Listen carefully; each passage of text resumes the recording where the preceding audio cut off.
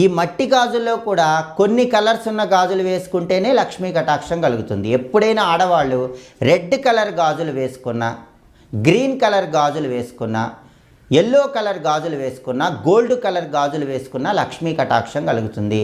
Red colour గాజులు వేసుకుంటే కనుక సుమంగళి తత్వము, పనులన్నీ కూడా మంచి కాన్ఫిడెన్స్తో పూర్తి చేస్తారు. గ్రీన్ కలర్ గాజులు వేసుకుంటే వృత్తి, ఉద్యోగ, వ్యాపార రంగాల్లో విశేషంగా రాణిస్తారు.